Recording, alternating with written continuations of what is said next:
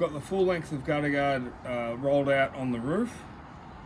Normally if I was working on a steeper pitch, I'd have someone else helping me and holding the gutter guard at the other end to stop it from falling off the roof. But this is a flat roof at very low height, so I can do it myself.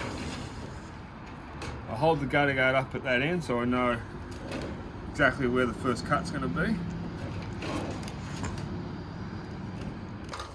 You can see that internal bracket. What I'm doing now is I'm cutting out a small section for the internal bracket.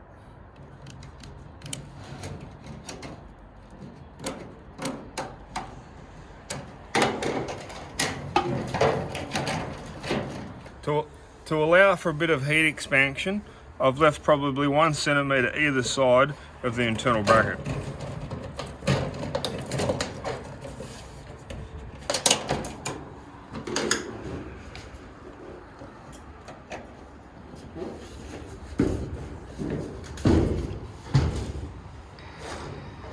That section of gutter guard is already curled in.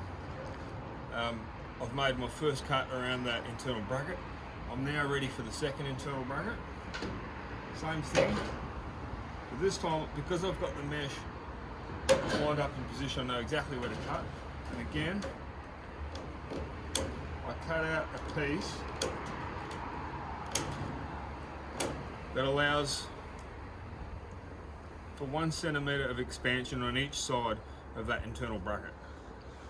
So you can see that once I curl that mesh in, there's going to be also about 1 centimetre of clearance on top of that internal bracket and both sides of the internal bracket. Come out.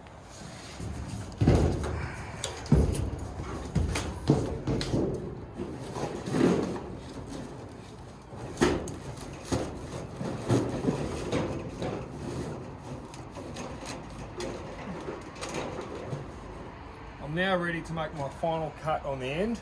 And the best thing to do is to make your cut just slightly bigger, because the worst thing is if you cut the gutter guard too small. So I'm going to cut it about 2 inches or 50 mil longer.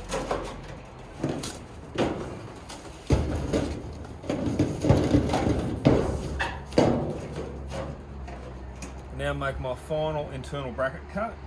It's best to have a pair of scissors that's really pointy and sharp on the end.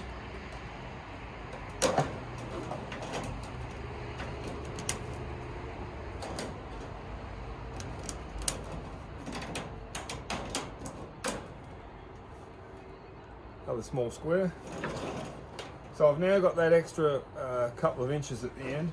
Next step is what I'll do is I'll just make another cut,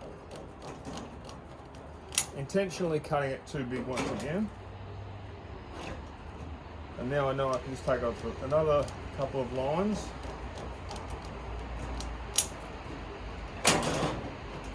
The idea is that by cutting off a little piece at a time, I'm now sure that it's perfect length.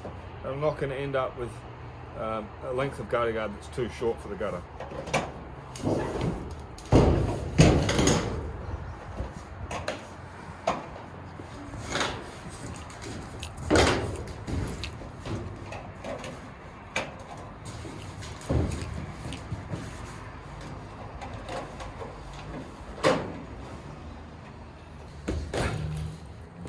And you can see here that the gutter guard itself should curl up above the height of the lip of the gutter by at least 25 millimeters, never more than 50 millimeters.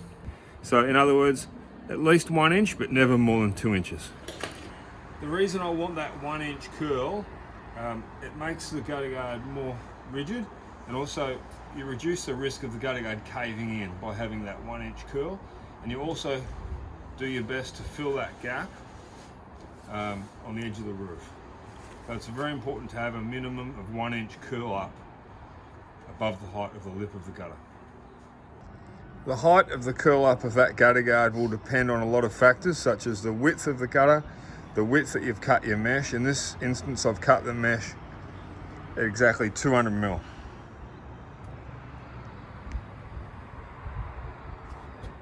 The next step is I'm just going to apply some silicone so the gutter guard won't pop out.